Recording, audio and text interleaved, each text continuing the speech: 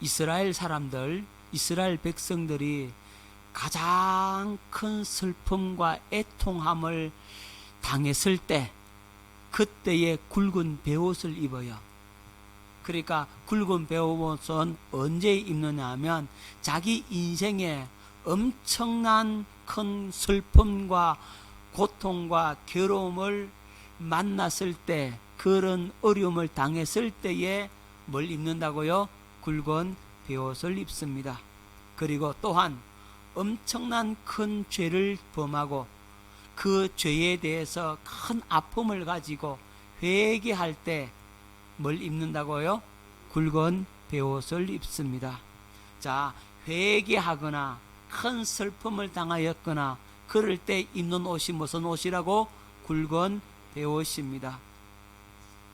자, 이 굵은 베옷, 가장 큰 슬픔을 당했을 때 무슨 옷? 굵은 베옷을 입고, 그 다음에 죄를 뒤집었습니다. 죄를, 여러분들 죄 알죠? 죄, 불타고 남은 죄, 그 죄를 갖다가 머리에 던져 얹는 겁니다. 그걸 하늘로 막 날리는 겁니다.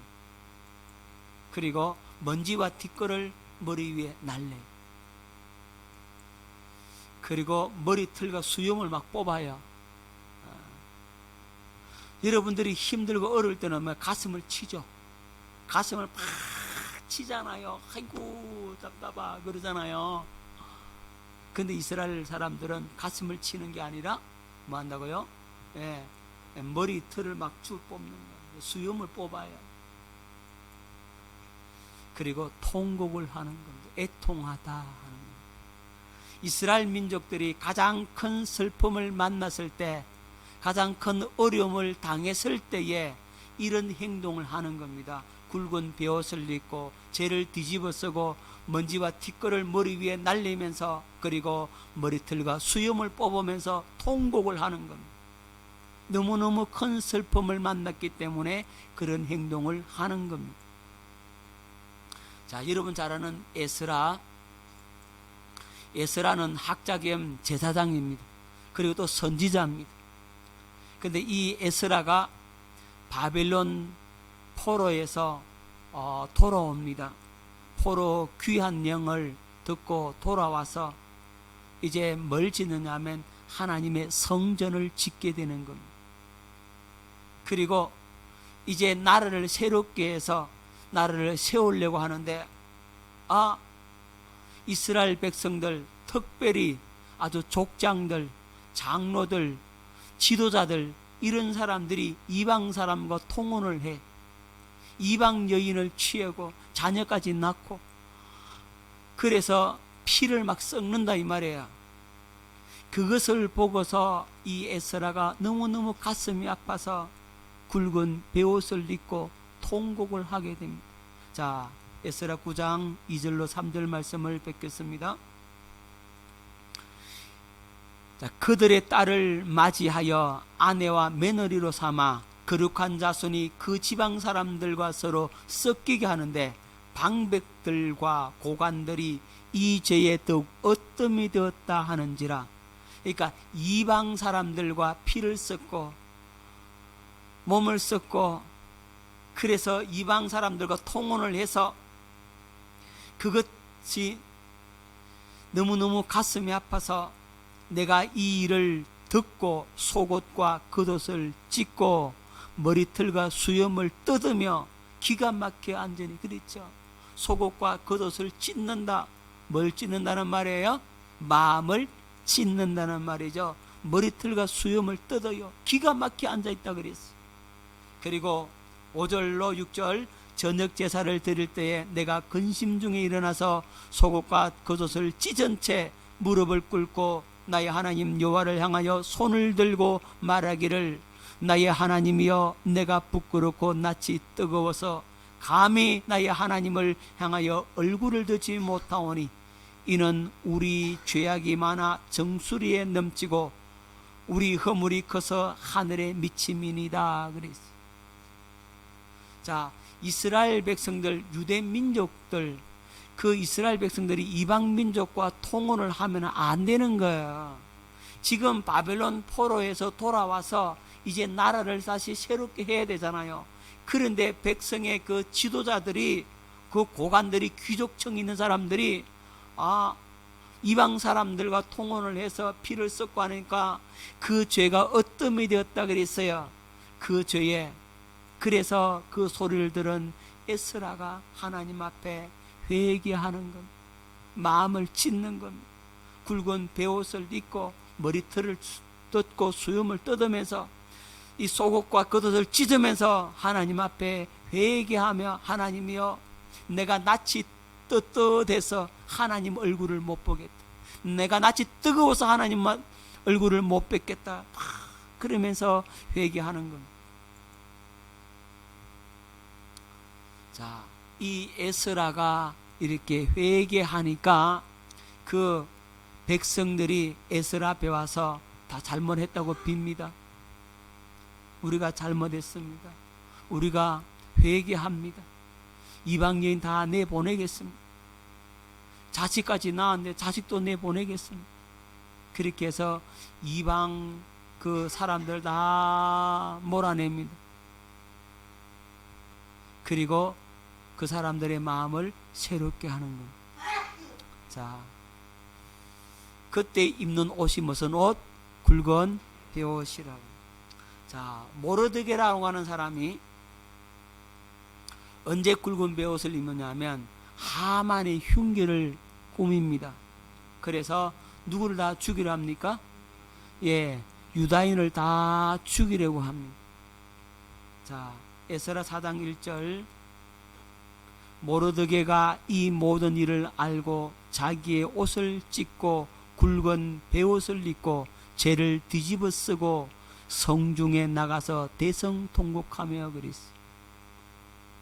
자, 이때가 언제냐면 이스라엘 백성들이 바벨론 포로기의 시대입니다. 이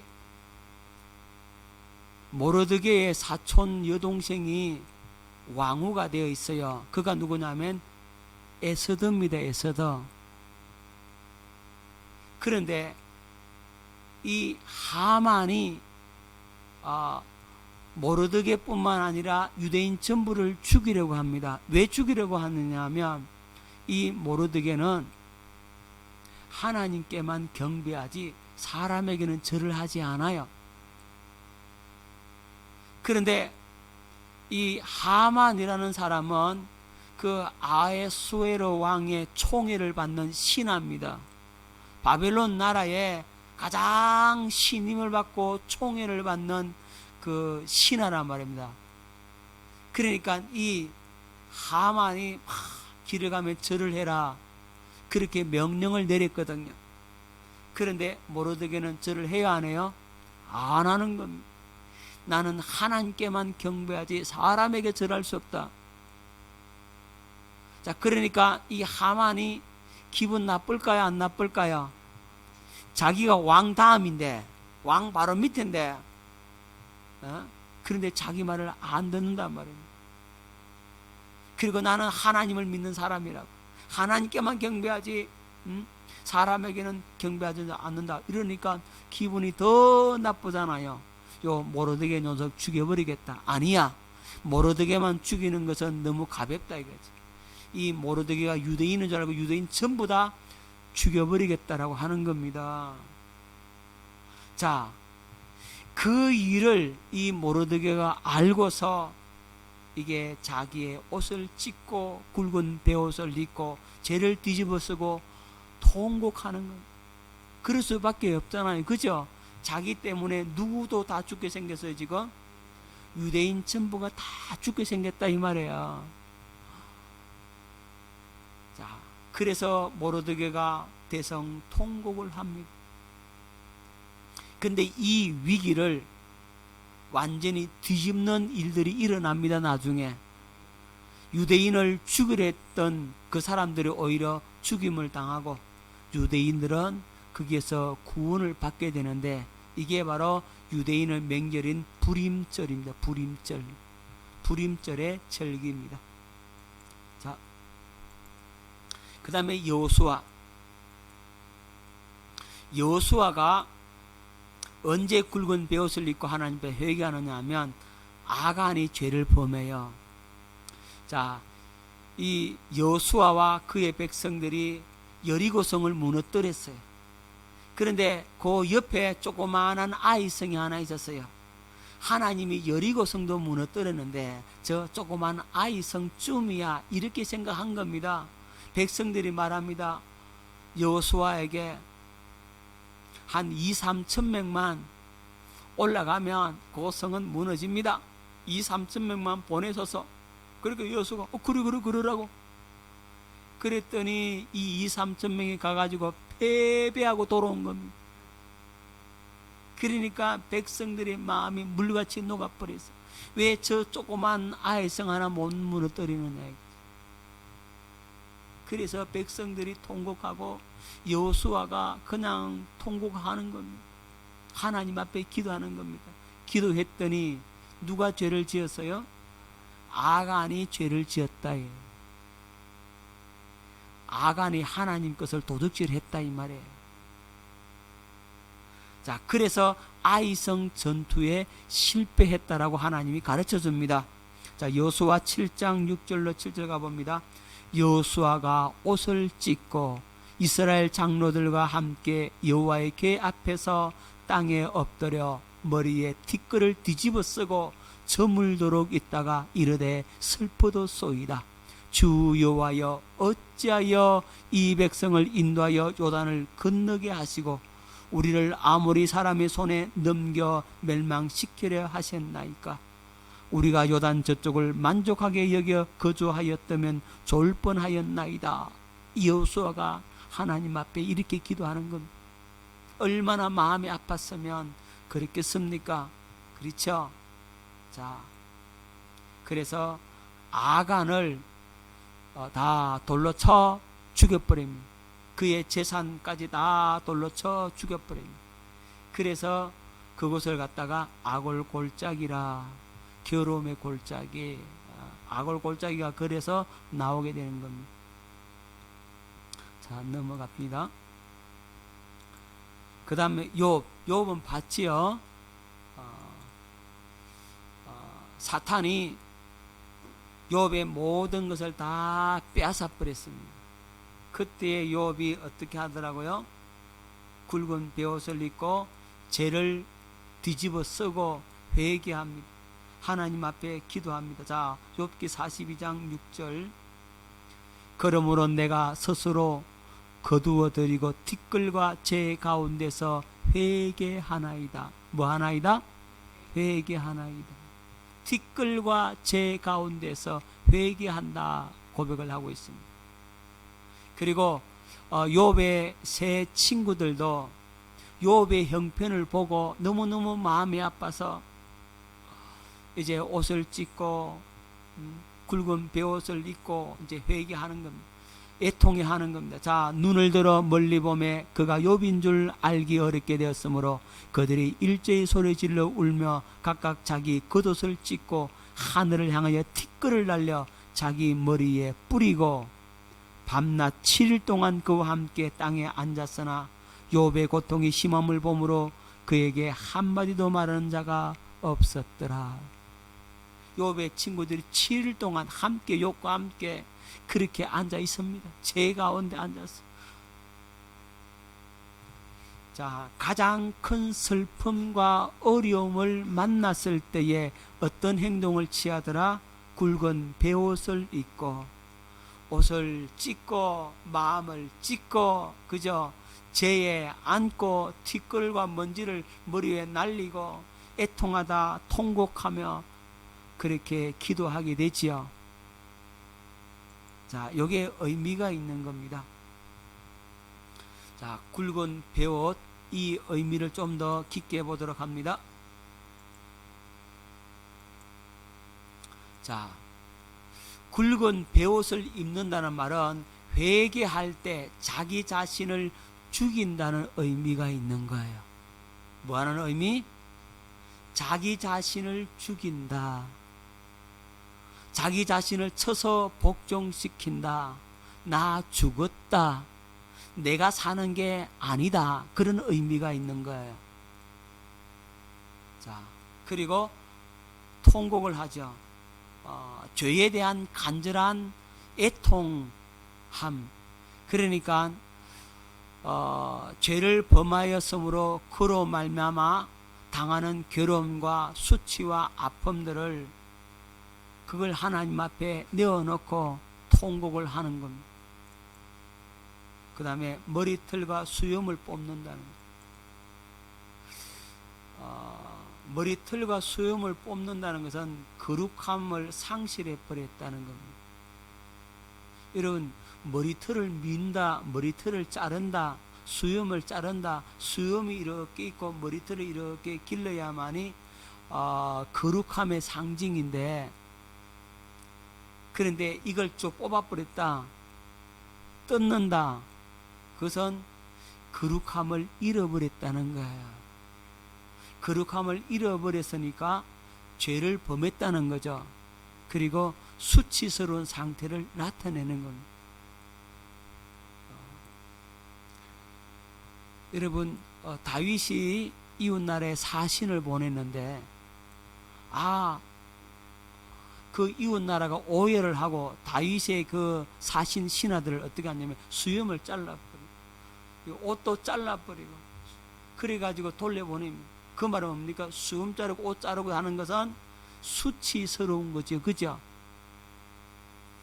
이스라엘 나라는 그렇단 말이에요. 그 당시는. 그런데 이 머리털과 수염을 뽑는다라고 하는 것은 이건 뭡니까? 수치스러운 상태를 보여주고 있죠. 왜 수치스러운 상태를 보여줍니까? 그만큼 큰 죄와 허물을 가지고 있다. 거룩함을 잃어버렸다 하는 것을 보여주고 있는 겁니다.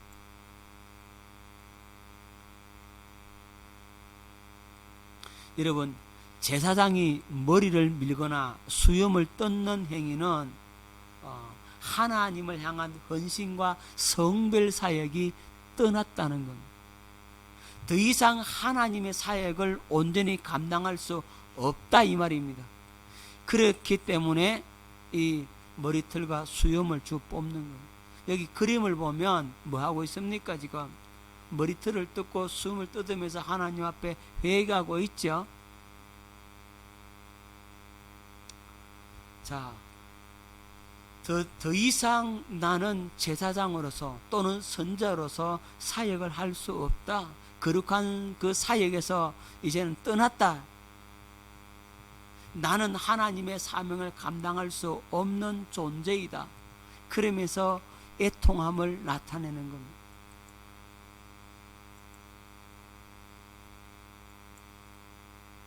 자, 그 다음에 이 먼지와 티끌을 머리 위에 날린다라고 하는 것은 뭐냐면 사람의 몸이 뭐로 만들어졌습니까? 흙이죠. 흙이라고 하죠. 흙은 먼지예요. 먼지 티끌이란 말이에요. 먼지 티끌로 사람을 만들었다는 의미예요. 그 사람의 몸이 뭐로 돌아갑니까? 먼지와 티끌로 돌아가죠. 흙으로 돌아가죠. 예?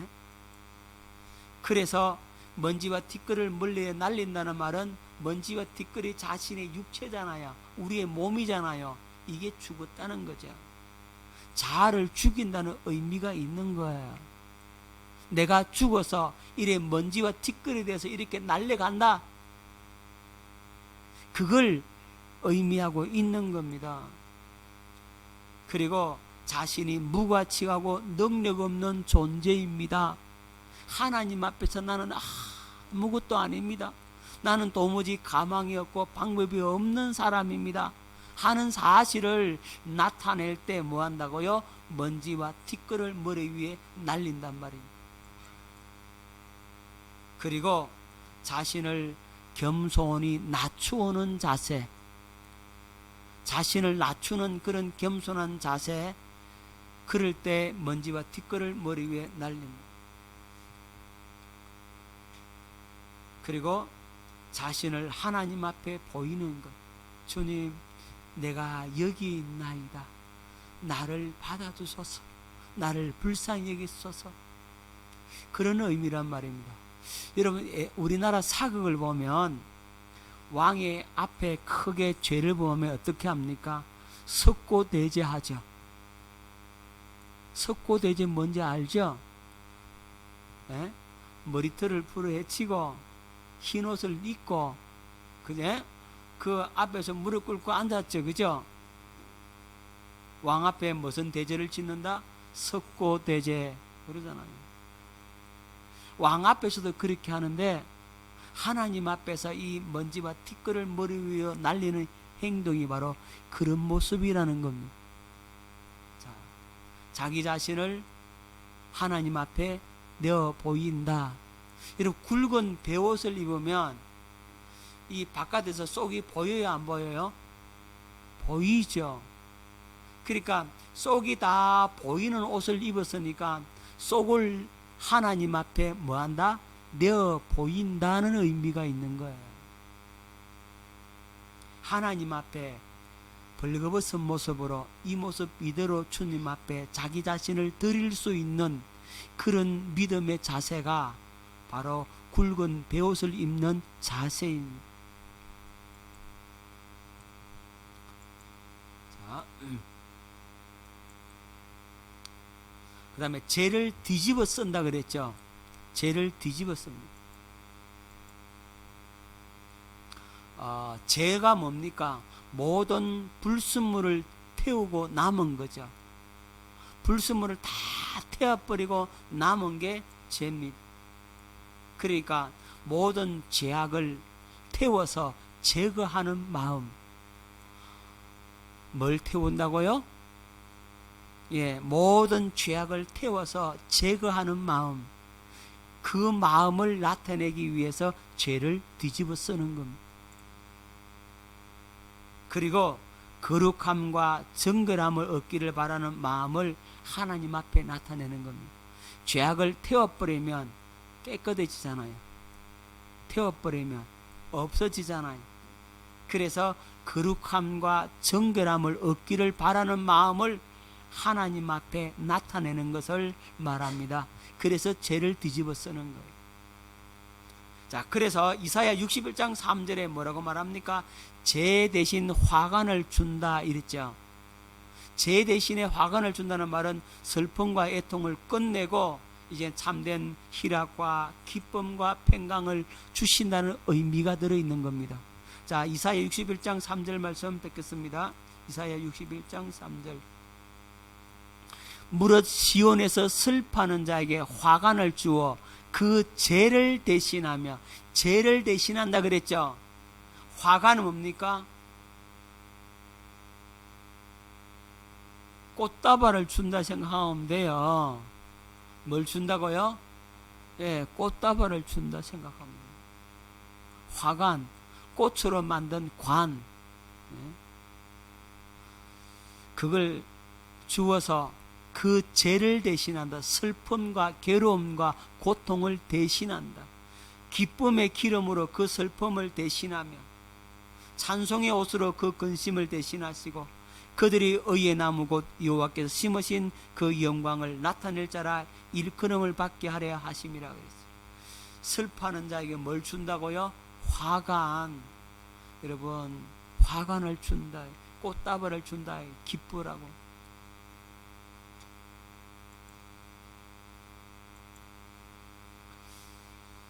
자, 여러분, 마지막 때 두 정인이 무슨 옷을 입는다고요? 굵은 베옷을 입고 온 세상의 사람들의 마음을 끌어안고 주님 앞에 중보적으로 회개하고 기도합니다. 그리고 애통한 마음으로 하나님 앞에 연애 사역을 감당하게 될 겁니다. 자, 그때에 수많은 사람들이 회개하고 돌아와서 그들이 어떤 성도가 되느냐 하면 흰옷 입은 성도로 거듭나게 되는 겁니다. 자, 마지막 종말 때 예수 그리스도의 재림을 준비하기 위한 마지막 그 사역이 남아 있는 겁니다. 그 마지막 사역에 누가 하느냐면 두 정인들이 사역하는 거예요. 그 두 정인들이 무슨 옷을 입는다고요? 굵은 베옷을 입고. 그래서 그 굵은 베옷을 입는다라고 하는 것은 세상에 있는 모든 사람들의 영혼, 그 사람들의 모든 죄와 아픔과 괴로움 모든 것을 다 끌어안고 중보적으로 회개하며 하나님 앞에 나아간다는 의미가 있는 겁니다. 그리고 하나님 앞에 그 그리스도의 그 마음으로 예언을 하게 됩니다. 말씀을 전하게 됩니다. 복음을 전하게 될 것입니다. 그때 수많은 사람들이 회개하고 돌아오는데 그들이 누구냐? 그들이 계시록에서 말하는 흰옷 입은 무리가 되는 겁니다. 자, 이 마지막 때 두 증인이 굵은 베옷을 입고 예언할 때가 옵니다. 아멘. 마지막 때가 바로 그런 때입니다. 뭘 준비하려고? 예수 그리스도의 재림을 준비하려고. 마지막 그 사역이 있어서 추수를 하고 그리고 예수님이 이 땅에 오시는 겁니다. 자, 그래서 이 두 증인이 굵은 베옷을 입는다. 할렐루야.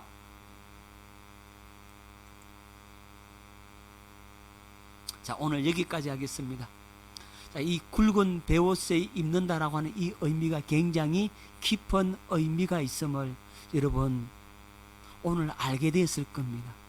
그래서 주님 앞에 애통하며 회개하며 마음을 주님 앞에 내어드리며 또 백성들의 죄와 허물을 내가 대신 끌어안고 그들을 위해 중보적으로 회개하고 그들에게 하나님의 복음을 전하는 이 두 증인의 이 사역, 그 사역들이 오늘 우리에게도 일어나야 하고 우리에게도 있어야 할 일들입니다. 그럴 때 하나님의 그 부흥의 역사를 경험하게 될 줄로 믿습니다.